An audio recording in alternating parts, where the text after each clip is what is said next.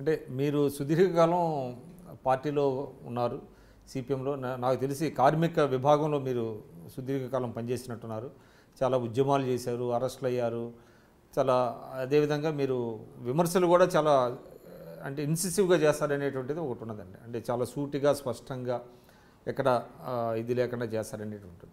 అంటే మీ నేపథ్యం ఏంటండి? అంటే నేపథ్యం అంటే ఐ మీన్ మీ కుటుంబం, మీరు అంటే you hail from which place, అంటే ఎలా వచ్చారు పార్టీలోకి?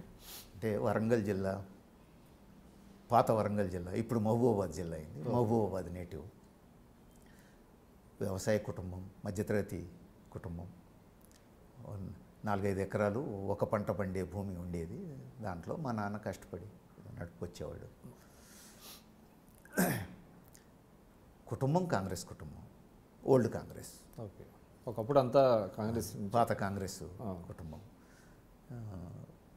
బట్ చదువుకునే రోజుల్లోంచే వామపక్ష భావజాలం వైపు, వామపక్ష భావజాలం కంటే ముందు ఆర్ఎస్ఎస్లో ఉన్నాను. ఆర్ఎస్ఎస్ నుండి వామపక్ష భావజాలం వైపు పూర్తిగా రివర్స్. ఎస్, వామపక్ష భావజాలం వైపు వచ్చాను.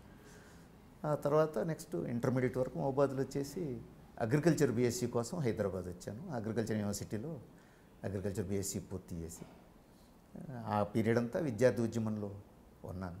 అగ్రికల్చర్ బీఎస్సీ తర్వాత ఇంకా హయ్యర్ స్టడీస్కి పోకుండా పూర్తిగా ప్రజా ఉద్యమం వైపు వచ్చాను. అది జరిగింది. తర్వాత ఏంటి ఈ పేపర్ బాధ్యతలు మీకు ఎలా ఇచ్చారండి? అంటే రాష్ట్రం విడిపోయిన తర్వాత తెలంగాణలో పత్రికకు గతంలో మీరు వ్యాసాలు చాలా చాలా వ్యాసాలు రాశారు. అంటే ఒక 20 సంవత్సరాల పాటు కార్మికోద్యమంలో ఉన్నప్పుడు ఒక మాసపత్రికను నడిపాం, కార్మిక లోకంకు. దానికి ఎక్కువ కాలం నేను ఎడిటర్గా ఉన్నాను, బోర్డులో ఉన్నాను.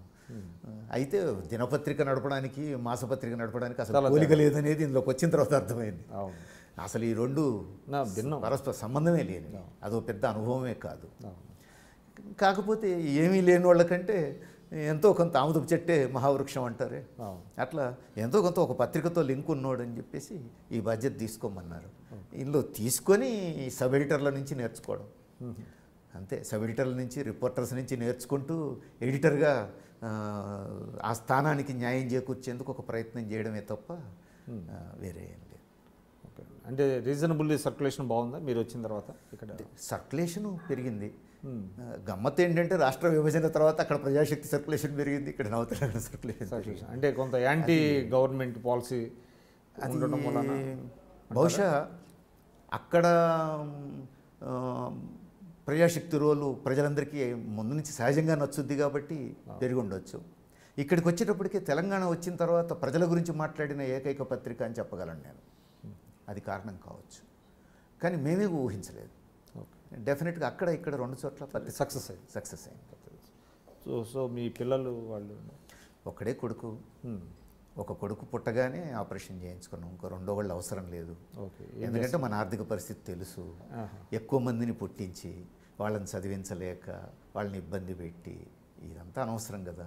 ఏం చేస్తాం, అందుకని మల్టీమీడియా చేశాడు.